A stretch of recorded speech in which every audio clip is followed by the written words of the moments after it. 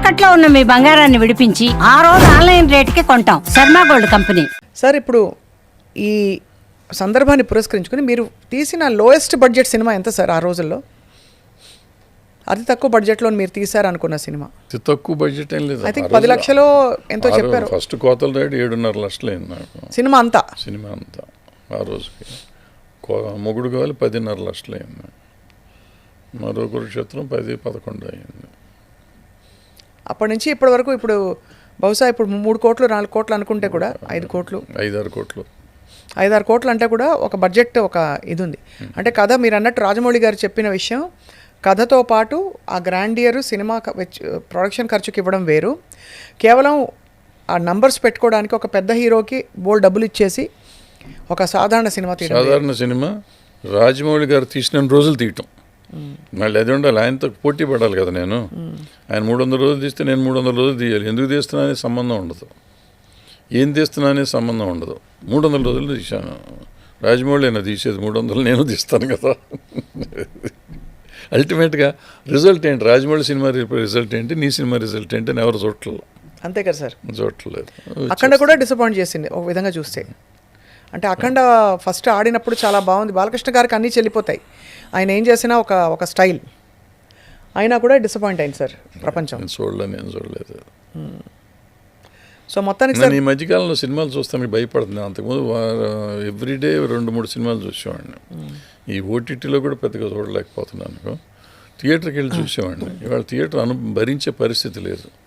Ticket rate పెంచుతారు కొత్త cinema, పెద్ద సినిమాలకి అన్నిటికీ, చిన్న సినిమాలకు కూడా పెంచుతున్నారు. రాజాసాబ్ సార్ నేను వెళ్ళాను, 550 రూపాయలు టికెట్. 550 రూపాయలు పెట్టి నేను కొనలేను సినిమా.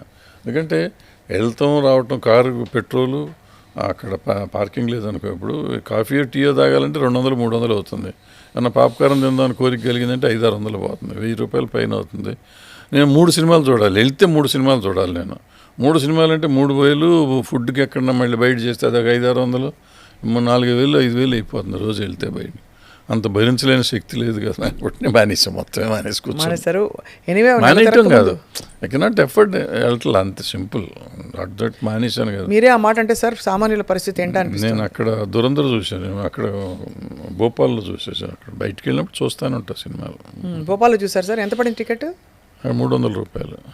ఇక్కడ నేను నరసింహ చూసాను 150 రూపాయలు. 150 రూపాయలు యూ కెన్ అఫర్డ్. 150 రూపాయల సినిమాలు ఉంటే 3 సినిమాలు చూడవచ్చు రోజు. అంతే కదా సార్. బట్ ఏదైనా థియేటర్స్లో ఈ టికెట్ రేటు సరే మనకు అఫోర్డబిలిటీ అనేది పర్లేదు, కానీ ఫుడ్ రేట్స్ 50% తగ్గిస్తే ఇంకా చాలా బాగుంటుంది. సినిమాలు నిలబడతాయి ఇంకో 15 ఏళ్ళు 20 ఏళ్ళు. ఇంత పాప్కార్న్ సార్ 725 రూపాయలు. అదే ఆ పాప్కార్న్ అవసరం లేదు. పెద్దది ఇంకా పెద్దది ఇంకా 300 రూపాయలకి అది ఇచ్చినా కూడా వాళ్ళకి మిగులుతుంది. వాళ్ళకి 300 రూపాయలకి మీరు చెప్పిన పాప్కార్న్ 700 రూపాయల పాప్కార్న్ 300కి ఇస్తే కూడా 250 రూపాయలు మిగులుతుంది. 50 రూపాయల పాప్కార్న్ తయారీకి, ఆ పాప్కార్న్ తయారీకి వాళ్ళకి అయ్యేది. సో 250 రూపాయలు మిగులుతుంది. దాంతో తృప్తి పడవచ్చు వాళ్ళు. అది కాకుండా 750 తీసుకుంటే 500, ఇంకా 500 మిగులుతుంది కదా. ఇంత ఏరేటెడ్ అదే మన డ్రింక్ ఉంటుంది కదా సార్, అది ఎంత మనకి 300 రూపాయలు. బయట 10 రూపాయలు 20 రూపాయలు, దాన్ని అక్కడ 300 రూపాయలు. మంచినీళ్ళు అన్ఫార్చునేట్గా థియేటర్స్లో మంచినీళ్ళు కూడా పెడతలా. ఇంతకుముందు కుండ నీళ్లు కంపల్సరీ అనేవారు. ఇప్పుడు ఆ కుండ లేదు, నీళ్లు లేవు. వీళ్ళు మల్టీప్లెక్స్లో నొక్కితే తాగే నీళ్ళు ఇవి కూడా లేవు.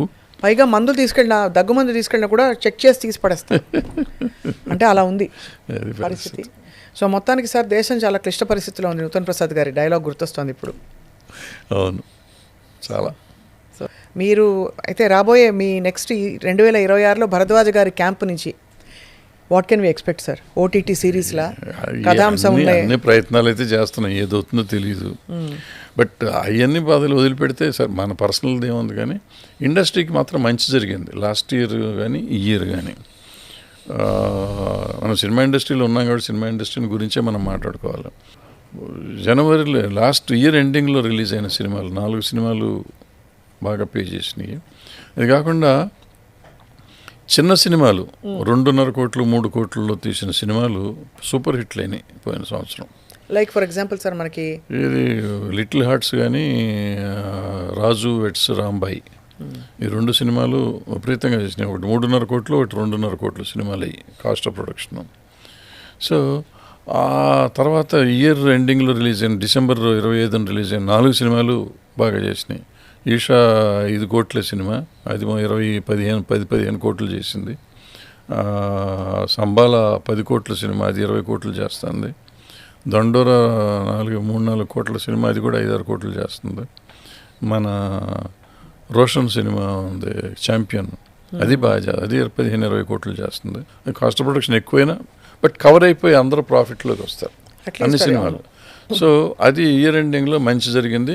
ఆ ఇయర్లో ఆ 2 సినిమాలు ఇందాక చెప్పాను, బాగా చిన్న సినిమాలు విపరీతంగా పే చేసినాయి. సో ఒక చిన్న సినిమాలు తీయటానికి ఈ పెద్దవాళ్ళకి ఇంకోటి చెప్పాలి, సోకాల్డ్ ఇందాక పాన్ ఇండియా సినిమాలు ఆల్మోస్ట్ అన్నీ పోయినాయి. నాకు గుర్తుండి ఏది ఆడి అసలు పెద్ద పాన్ ఇండియా సినిమా ఆడినట్టు గుర్తులేదు. పోయిన సంవత్సరం ఆడిన దాంట్లో ఒకటే పాన్ ఇండియా కాని సినిమా బాగా ఆడింది ఈ సంక్రాంతికి వస్తున్నాం. మిరాయి ఒకటి ఆడింది, మిరాయి ఒకటి బాగా ఆడింది. సో ఇంకేమన్నా 2-3 ఉన్నాయో మిస్ అయినాయి, నాకు రాలేదు ఇంకా. సో మిగిలిన సినిమాలన్నీ అట్ట వచ్చినాయి. ఈ సంవత్సరం పండక్కి అసలు పెద్ద సినిమా, ఫర్ ఎగ్జాంపుల్ రాజాసాబ్ లాంటి సినిమా వస్తే అసలు ఏ థియేటర్ ఖాళీ లేకుండా అన్ని థియేటర్లు ఆయన, ఎందుకంటే ప్రభాస్ క్రేజ్ కాబట్టి అన్ని థియేటర్లు వేస్తారు. ఇవాళ ఏం చేశారు, అది వేసి 2 రోజులు ముందు వేసేసి నెక్స్ట్ తీసుకొచ్చి చిరంజీవి గారి సినిమాకి వేసి 2 రోజులు గ్యాప్ ఇచ్చి మిగిలిన 3 సినిమాలు వేశారు. వేసేసరికి అన్ని సినిమాలు ఎరగదీసేస్తున్నాయి. రాజాసాబు లెవెల్కి రాజాసాబు ఖర్చు పెట్టింది వాళ్ళ ఇష్టం, వాళ్ళు పెట్టి కాస్ట్ ఫెయిల్యూర్ కానీ క్యాష్ ఫెయిల్యూర్ కాదు అది. ప్రభాస్ గారికి ఏ ఫరక్ పడదు, అయితే ఆయనకేం ఫరక్ పడదు, ఆయన డబ్బులు ఆయన తీసుకున్నాడు ప్రొడ్యూసర్కి. అంటే ఆయనకి అంటే ఇప్పుడు రాబోయే రోజుల్లో అస్సలు ఏం పడదు, ఆయన మీద ఇంపాక్ట్ ఉంటుంది. మారుతి గారి మీద ఉంటుందా సార్? ఏముంటుంది, ఎందుకుంటుంది, ఆయన డబ్బులు ఆయన తీసుకున్నాడు, ఆయన చేస్తాడు. ఇప్పుడు హీజ్ ఎ క్రియేటర్. మారుతి కూడా తనకు తెలిసిన సినిమాలు తను చేసుకోగలడు. రాజాసాబ్ పోయినంత లోపల ఆయన ఏం లేదు. అతని ఫ్యాక్టరీ అతను పెట్టుకుంటాడు, చిన్న సినిమాలు ప్రొడ్యూస్ చేస్తూ ఉంటాడు, సమర్పిస్తూ ఉంటాడు, ప్రొడక్షన్ చేస్తాడు, సొంత డైరెక్షన్ చేసుకుంటాడు. ఆయనకేం పోయేదేం లేదు, ఎవరికేం పోదు. ప్రొడ్యూసర్ గారే కొంచెం నష్టపోతాడు, స్వల్పంగా. పీపుల్ మీడియా ఫ్యాక్టరీ కొంచెం పోతుంది. ఓవర్సీస్లో కూడా కలెక్షన్స్ వచ్చి ఉండవా సార్ మొత్తం అంతా కలిపి? ఎక్కడ రాదు, ఎక్కడొచ్చినా కానీ లాస్ సినిమా లాస్ ఏంటుంది, లాస్ ఏదైనా సార్. ఈ సంవత్సరం ఈ 4 సినిమాలు ఆడేసరికి అసలు 4 రీజనబుల్ సినిమాలు, ఈ పెద్ద పాన్ ఇండియా సినిమాలు కాదు.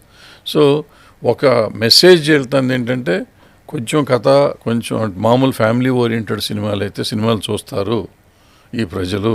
మీరు పాన్ ఇండియాని పిచ్చి సినిమాలు తీయటం మానేయండి అని ప్రజలు మెసేజ్ ఇచ్చారని నేను అనుకుంటున్నా. అది నిజమని నమ్మితే వాళ్ళు తీస్తారు, మంచి సినిమాలు తీసుకొని చూపిస్తారు మనకి, లేదంటే వాళ్ళ కర్మ. తప్పకుండా సార్. ఐ థింక్ ఈ సంవత్సరం అందరికీ బాగుండాలి, అందరూ బాగుండాలి, అందులో మనం ఉండాలి. ఈ సంవత్సరం నుంచి అంటే ఇక్కడి నుంచి ఇంకా 2-3 ఏళ్ళు 4 ఏళ్ళు జరిగేటప్పటికి ఇప్పుడున్న బిగ్గెస్ట్ స్టార్స్ అందరూ తగ్గుతారు నా ఉద్దేశంలో. వాళ్ళు కొంచెం ఇప్పుడు మనకి ఆల్రెడీ 4 వింటేజ్ స్టార్, వాళ్ళని వింటేజ్ హీరోలు అని వాళ్ళే పెట్టుకుంటున్నారు, యాడ్లు వేస్తున్నారు వింటేజ్ హీరోలు. అట్లా వీళ్ళు వింటేజ్ హీరోలు అవుతారు ఇప్పుడున్న వాళ్ళు. 4 ఏళ్ళు అయితే ఇప్పుడున్న యంగ్స్టర్స్ వస్తారు కదా, వీళ్ళందరూ మళ్ళీ అప్పుడు రేంజ్ పెరుగుతుంది. సబ్జెక్ట్ కండిషన్, వాళ్ళ యాటిట్యూడ్ ఒకటి మారాలి, ఫిలిమ్స్ సెలెక్షన్ మారాలి, చేస్తే డెఫినెట్గా వీళ్ళు భవిష్యత్తులో ఉంటారు. అండ్ ఇంకొక కొత్త విషయం ఏంటంటే, నాకు ఊరికి ఆలోచిస్తుంటే వచ్చింది, ఈ సినిమాలంతా ఫ్యామిలీస్లో నుంచే వస్తారన్నారు.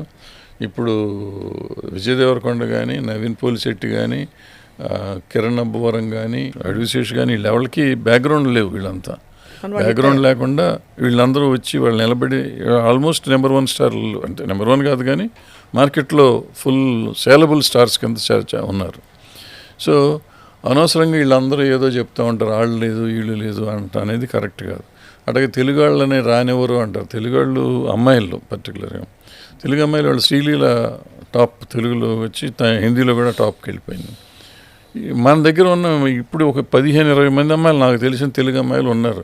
ఎందుకు రావట్లేదని వాళ్ళు ఆలోచించుకోవాలి. నేను అనేది ఇండస్ట్రీని తిడతాం కాదు, ఇక్కడ మనం ఆలోచించుకోవాలి. ఇప్పుడు శ్రీలీల ఎట్ట వచ్చింది, మరి వీళ్ళు ఎందుకు రావట్లేదు, ఎక్కడ తప్పు ఉందనేది మనం తెలుసుకోవాలి. అంతే కదా, అది తెలుసుకుంటే బాగుంటుంది, ఇండస్ట్రీకి బాగుంటుంది. ఇది ఇండస్ట్రీ వరకు నాకు ఇవాళ నువ్వు అవకాశం ఇచ్చావు కాబట్టి నువ్వు నాటికి వచ్చి నువ్వు అడిగిపోయినా చెప్పేస్తున్నా. సుమన్ టీవీలో మీ పర్సనల్ అండ్ బిజినెస్ ప్రమోషన్స్ కోసం కింది నెంబర్కి కాంటాక్ట్ చేయండి.